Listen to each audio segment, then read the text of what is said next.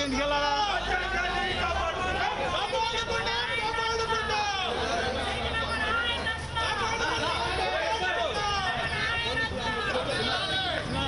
కొంచెం ఈ ఫ్రేమ్లో పెట్టి లెఫ్ట్ సైడ్లో పెట్టి సెంట్రల్ ఫ్రేమ్లోకి వస్తున్నావు నువ్వు.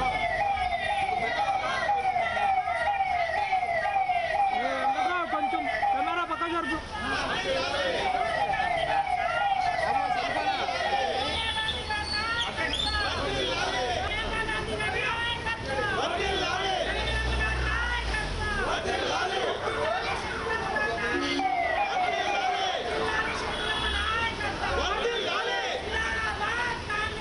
తమ్ముడు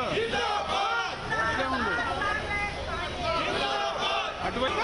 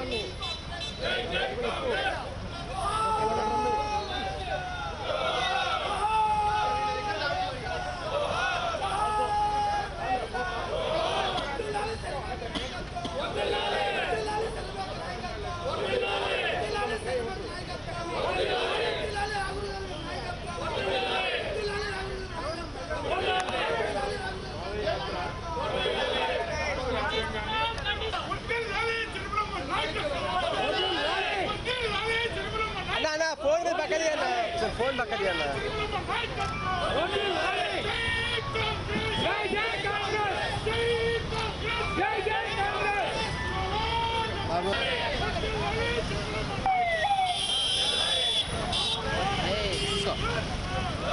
పని పని పని పని పని పని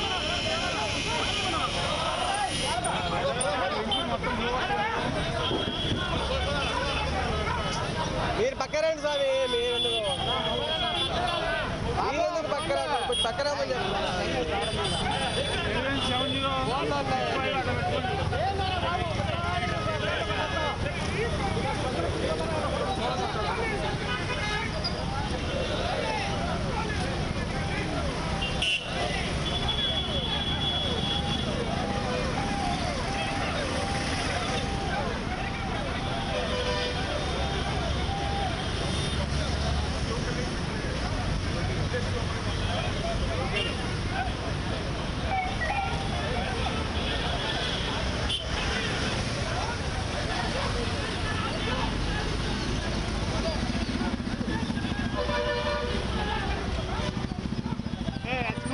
ఎవరికి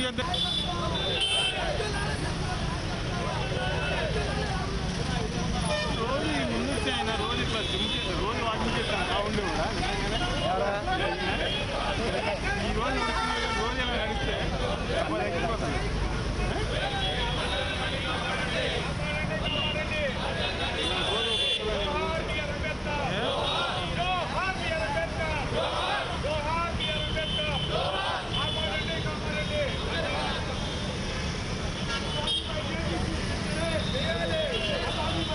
బాబా దగ్గరికి వచ్చి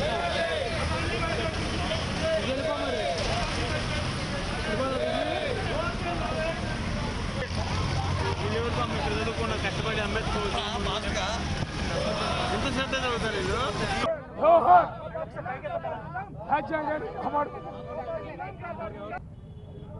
75 సంవత్సరాల క్రితం ఇదే నవంబర్ 26వ తేదీన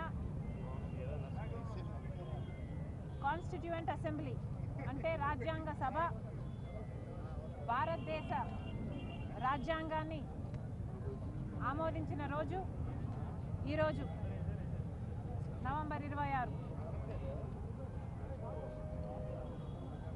అప్పుడే 75 సంవత్సరాలు దాటిపోయింది. భారతదేశ రాజ్యాంగం ఎంత గొప్పది అంటే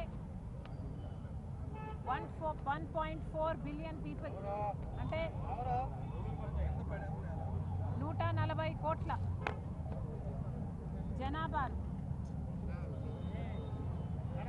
ఉన్న దేశంలో ఇంకా ప్రజాస్వామ్యం బ్రతికే ఉంది అంటే దానికి కారణం మన భారతదేశ రాజ్యాంగం.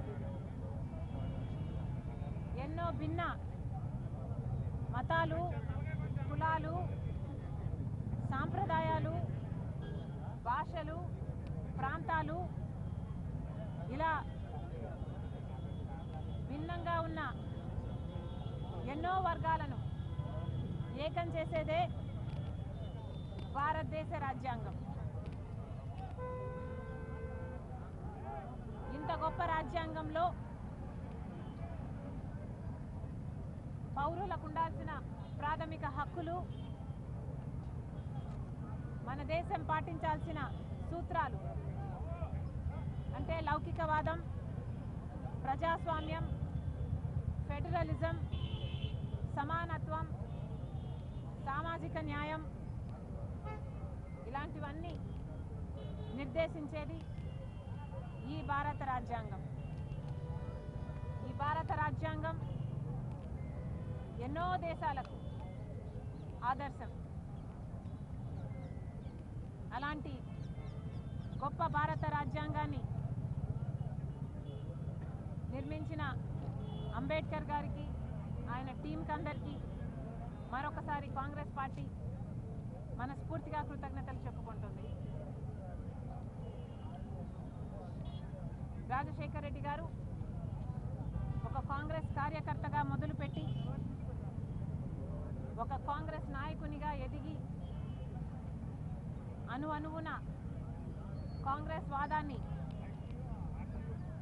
తన ఒంట్లో నింపుకొని ఈరోజు అలాంటి కాంగ్రెస్ యోధుడి కుమార్తెగా ఈ మాట చెప్పడానికి నాకు చాలా గర్వంగా ఉంది. కాంగ్రెస్ పార్టీ ఆ రోజు రాజ్యాంగాన్ని రచించడంలో కాంగ్రెస్ పార్టీ పాత్ర ఉంది. ఈ రోజు వరకు ఈ రాజ్యాంగాన్ని రక్షించుకోవడంలో కూడా కాంగ్రెస్ పార్టీ పాత్ర ఉంది. అధికారంలో ఉన్నా లేకపోయినా ఇదే రాజ్యాంగాన్ని రక్షించుకోవడానికి కాంగ్రెస్ పార్టీ చిత్తశుద్ధి, నిజాయితీ, నేర్పు సామాన్యమైనవి కావు. ఇది దేశమే కాదు, ప్రపంచం కూడా చూసింది. అధికారంలో ఉన్నప్పుడే కాదు, అధికారంలో ఉన్నప్పుడైతే ఎన్నో పథకాలను, ఫుడ్ సెక్యూరిటీ యాక్ట్ అయితేనేమి, MNREGA rural employment guarantee scheme అయితేనేమి, రైట్ టు ఇన్ఫర్మేషన్ యాక్ట్ అయితేనేమి, ఇలాంటివి ఎన్నో స్ట్రీట్ వెండర్స్ భారతదేశం రాజ్యాంగం ప్రకారం కాంగ్రెస్ పార్టీ అధికారంలో ఉన్నప్పుడు ఇలాంటివి ఎన్నో చేయగలిగింది. అధికారంలో లేనప్పుడు కూడా కాంగ్రెస్ పార్టీ రాజ్యాంగాన్ని భుజాన మోయడం కాదు, నెత్తిన మోసింది. రాహుల్ గాంధీ గారు కాంగ్రెస్ పార్టీ నాయకుడిగా, మా నాయకుడిగా రాజ్యాంగంలో ఉన్న సమానత్వం కోసం అయితేనేమి, లౌకికవాదం కోసం అయితేనేమి, సామాజిక న్యాయం కోసం అయితేనేమి, ప్రాథమిక హక్కులను కాపాడటం కోసం అయితేనేమి, ఇదే రాజ్యాంగం కోసం ఏకత్వాన్ని నిలబెట్టడానికి, సోదర భావాన్ని పెంచడానికి కన్యాకుమారి నుంచి కశ్మీర్ వరకు పాదయాత్ర చేసిన నాయకుడు రాహుల్ గాంధీ గారు. ఈ మధ్య చాలా కాలంగా చాలామంది హృదయాలలో రాహుల్ గాంధీ అనగానే గుర్తుకొచ్చే దృశ్యం ఇదే రాజ్యాంగం, ఇదే రాజ్యాంగ పుస్తకాన్ని రాహుల్ గాంధీ గారు ఇలాగే రాజ్యాంగాన్ని చూపిస్తూ ఈ రాజ్యాంగాన్ని రక్షించడానికి కాంగ్రెస్ పార్టీ ఉంది, ఎందాకైనా మేము పోరాటం చేస్తాం, నా ప్రాణాన్ని త్యాగం చేయడానికి కూడా సిద్ధమని చెప్పిన నాయకుడు మా నాయకుడు రాహుల్ గాంధీ గారు. మరొకసారి అలాంటి నాయకునికి, ఇంతటి గొప్ప రాజ్యాంగాన్ని నిర్మించిన కాంగ్రెస్ పార్టీకి, అంబేద్కర్ గారికి నివాళులు అర్పిస్తున్నాం. భారత రాజ్యాంగం ఇంత గొప్పదైతే మరి అధికారంలో ఉన్న బీజేపీ పార్టీ భారత రాజ్యాంగానికి విలువ ఇవ్వకపోగా వాళ్ళ సొంత రాజ్యాంగం భారతీయ జనతా పార్టీ రాజ్యాంగాన్ని అమల్లోకి తెచ్చింది. భారత రాజ్యాంగం ఒకవైపు ప్రాథమిక హక్కుల కోసం ఎన్నో సూత్రాలను దీంట్లో చేరిస్తే బీజేపీ నాయకత్వంలో ప్రాథమిక హక్కులకి అసలు విలువే లేదు. బీజేపీకి వ్యతిరేకంగా, మోడీకి వ్యతిరేకంగా ఎవరు మాట్లాడినా వాళ్ళ గొంతుని నొక్కేయడం, ఆఖరికి అది మీడియా అయినా సరే, లేకపోతే ఏ నాయకులైనా సరే, మరి ముఖ్యంగా ప్రతిపక్ష పార్టీలో ఉన్న నాయకులు, ఎంతటి నాయకులైనా సరే ఆఖరికి వాళ్ళ మీద రేట్లైనా చేయిస్తారు, అరెస్ట్లైనా చేయిస్తారు, ఎంతటికైనా దిగజారుతుంది బీజేపీ పార్టీ అని మళ్ళీ మళ్ళీ రుజువు అయ్యింది. స్వేచ్ఛ అనేది లేకపోగా ప్రభుత్వ సంస్థలను, ఈడీ అయినా, సిబిఐ అయినా, ఇన్కమ్ ట్యాక్స్లనైనా, మీడియాలనైనా, ఎలక్షన్ కమిషన్ అయినా కూడా తన గుప్పెట్లో పెట్టుకుంది బీజేపీ పార్టీ, మోడీ. మరి దీన్ని రాజ్యాంగం, భారత రాజ్యాంగం అంటారా, లేకపోతే బీజేపీ పార్టీ రాజ్యాంగం అనాలా?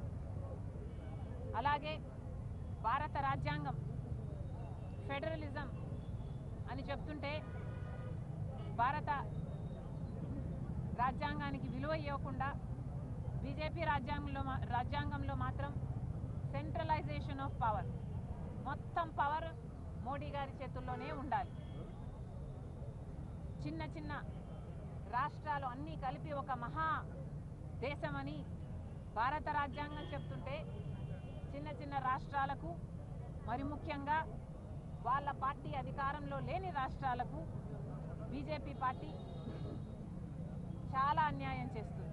మరి ముఖ్యంగా ఆంధ్ర రాష్ట్రానికి అసలు రాష్ట్రాలకు హక్కులే లేనట్టు ఆంధ్ర రాష్ట్రానికి ప్రత్యేక హోదా హక్కు అయినప్పటికీ కూడా 10 సంవత్సరాల క్రితం ప్రత్యేక హోదా ఇస్తామన్న మోడీ గారు 10 సంవత్సరాల నుంచి వెన్నుపోటు పొడుస్తూనే ఉన్నారు. ఒక ప్రత్యేక హోదానే కాదు, విభజన హామీలో ఏ ఒక్క హామీ కూడా నిలబెట్టుకోలేదు మోడీ గారు. అంటే దానికి కారణం వాళ్ళు అనుసరిస్తున్న భారతీయ జనతా పార్టీ రాజ్యాంగమే. ఎందుకంటే వాళ్ళకు ఈ రాజ్యాంగం పట్ల గౌరవం లేదు కాబట్టి. లౌకికవాదం అని భారత రాజ్యాంగం చెప్తుంటే, సెక్యులరిజం అని భారత రాజ్యాంగం చెప్తుంటే మోడీ గారికి అది అర్థమే కాలేదు. బీజేపీ పార్టీ ఆర్ఎస్ఎస్కి ఇది ఎప్పుడూ అర్థం కాలేదు. ఒక మతాన్ని అవమానించాలి, ఇంకో మతాన్ని రెచ్చగొట్టాలి, మతం పేరుతో చిచ్చు పెట్టాలి, ఆ మంటలో వీళ్ళు చలిగార్చుకోవాలి. ఇదే చేస్తుంది బీజేపీ పార్టీ. ఇదే మోడీ గారికైనా ఆర్ఎస్ఎస్కైనా బీజేపీకైనా అర్థమైన భారతీయ జనతా పార్టీ రాజ్యాంగం. ఉత్తరప్రదేశ్లో అయితేనేమి, ఒక గుజరాత్లో అయితేనేమి, లేక మణిపూర్లో అయితేనేమి మైనారిటీలకు అసలు స్వేచ్ఛే లేదు. ఇంతమందిని ఊచకోత చేశారు అంటే దానికి కారణం లౌకికవాదమే ఉండకూడదు అని మోడీ గారు ఆర్ఎస్ఎస్ చేస్తున్న కుట్ర, వాళ్ళు చేస్తున్న అమలు పరుస్తున్న భారతీయ జనతా పార్టీ రాజ్యాంగం.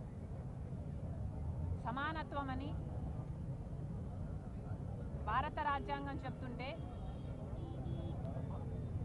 అసలు మామూలు ప్రజలు గురించి ఆలోచనే చేయని పార్టీ బీజేపీ పార్టీ మోడీ అయినా వాళ్ళు అనుసరిస్తున్నది సమానత్వాన్ని కాదు, కొంతమంది చేతుల్లోనే మొత్తం డబ్బంతా ఉండాలి, వాళ్లకు చెందిన వ్యాపారస్తుల చేతుల్లోనే అన్ని వ్యాపారాలు ఉండాలి. అదాని వాళ్ళ మనిషి కాబట్టి వాళ్ళు అదానిని 10 సంవత్సరాలలోనే ఆకాశానికి ఎత్తేయచ్చు. అదాని ఏ తప్పులు చేసినా ఒక్క ఎంక్వైరీ కూడా ఉండదు, ఏ అరెస్టులు ఉండవు. ఆఖరికి FBI వాళ్ళైనా అమెరికా వాళ్ళైనా అదాని దోషి అని ఆధారాలతో చూపినా కూడా ఒక్క ఎంక్వైరీ కూడా చేయరు. ఇది బీజేపీ పార్టీ అనుసరిస్తున్న వాళ్ళ రాజ్యాంగం. ఈక్వాలిటీ అన్న పదానికి అర్థమే లేదు. సామాజిక న్యాయం అని మన రాజ్యాంగం చెప్తుంటే సామాజిక న్యాయం కాదు కదా. ఎస్సీలు, ఎస్టీలు, బీసీలు, మైనారిటీలు అసలు మనుషులుగానే చూడదు భారతీయ జనతా పార్టీ. ఆర్ఎస్ఎస్ ఓట్లేసే యంత్రాలుగా మాత్రమే చూస్తారు. ఓట్ల కోసం వాడు